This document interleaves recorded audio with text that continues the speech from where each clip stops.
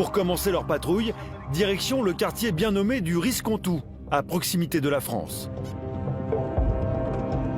Soudain, une petite voiture attire leur attention. Elle est arrêtée à la station-service, avec 3 jeunes à bord. Une plaque 59, le véhicule est immatriculé dans le département du Nord. Alors, restez dans la voiture. Vous laissez la porte fermée. Les papiers du véhicule. Ben, je vais prendre l'assurance, l'immatriculation. Moi, je pense pas que je veux parce que c'est une voiture qui n'est pas immatriculée. Copain de doigt, ok. Il Vous a laissé que ça, hein. Lucas a tout de suite un doute sur l'origine du véhicule. Alors, ceci, c'est quoi ça? C'est à qui la voiture? Comment? Il vous a laissé l'assurance alors avec l'immatriculation. Bah, ce serait bien de le contacter parce que sinon la voiture, vous repartez pas avec. Hein. S'il m'apporte pas une assurance. On n'a pas très loin d'ici, mais. Eh? On va la garer pas loin d'ici. Non, vous n'allez pas la garer, vous avez traversé la frontière, donc vous êtes. On a dépensé quand même. Et votre permis de conduire? C'est tout le côté de la maison. Et votre carte d'identité aussi? Carte vitale?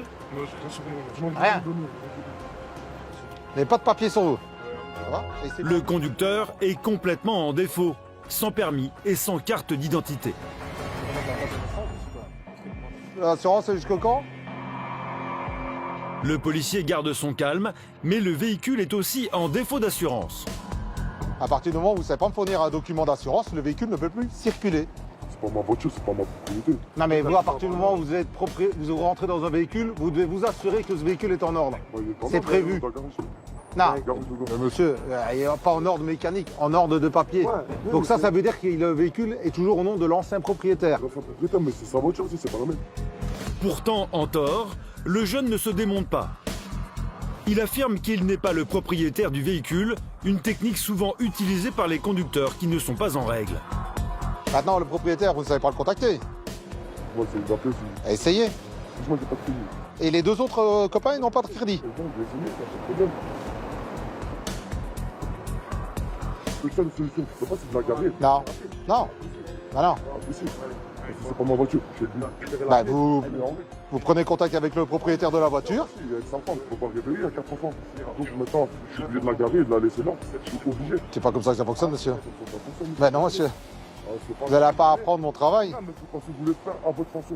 Et c'est pas vous qui donnez des ordres ici, monsieur. Ok? Moi, j'ai 18 ans, j'ai des droits. Vous avez des droits? À partir du moment où vous avez une carte d'identité, vous avez des droits. Vous n'avez pas de droits.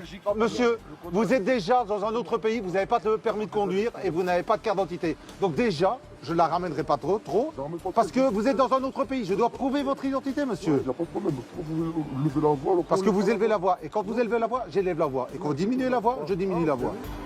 Vous pouvez me remettre les clés du véhicule, s'il vous plaît? Je vous remercie. Le jeune homme se rend compte qu'il va devoir abandonner sa voiture. Et son attitude va brutalement changer. Les cartes de pompe de ton salaire. Si tu veux prendre la clé à 300 euros, prends la. J'ai pas compris. Vous dites? Voilà la clé à 300 euros si tu veux. Tu peux rigoler. Vous pouvez faire un bon. Ah ouais, mais pas les couilles, je vais en acheter une. Donc vous êtes propriétaire alors? Propriétaire. Si vous faites du cinéma pour une voiture à 300 euros, vous êtes là, vous faites rigoler, franchement. Regarde, j'ai ton salaire, j'ai 1200 euros sur les comptes. J'ai ton salaire par mois. Et alors? Et alors, vous pensez que ça fait quoi? Rigolez parce que vous êtes des comiques. Franchement, vous êtes des comiques. On est des comiques. Vous êtes des comiques. Eh, vous prenez comme ça, monsieur? Travail de merde. Moi, je vous dis, ramasse 4 fois votre salaire honnêtement. À la fin du mois, je mange pas des pâtes, bon. Monsieur, je vais juste vous demander de vous taire, parce que sinon je vais faire un outrage, et alors à ce moment-là, je vais vous priver de liberté. On est d'accord, monsieur? Oui ou non? Salaire 2 fois par mois. Mais bref, fais ton travail. Non, c'est fait. Je vous tutoie pas, moi, monsieur. On s'en fout, c'est pareil. C'est juste une question d'éducation. Mais franchement, t'es un comique. Mais t'as même jamais tout possible, je peux peut-être ta gueule. Il ferait un sketch sur toi. Ouais, c'est bon, les propos? C'est bon? Tu prends pour regarder la vie, je vais t'asseoir toute la Vous, je vous tutoie pas, moi. Je m'en bats les couilles. C'est tout ce que vous avez à dire?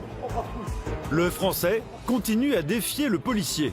Arrêtez de faire le malin. On a plus de ma mère quand vous êtes en civil, vous faites rigoler. Je veux pas les cow-boys comme ça. Vous êtes en civil. Je pas sympa, très très. Je veux pas le chiffre comme ça, en fait, comme méchant. Vous êtes en arrestation administrative pour vos documents. Ok? Vous jouez à quoi d'abord avant de. Venez. Les cow-boys. Ça fait partie du lot quotidien, donc voilà. Le ton monte ou le ton descend.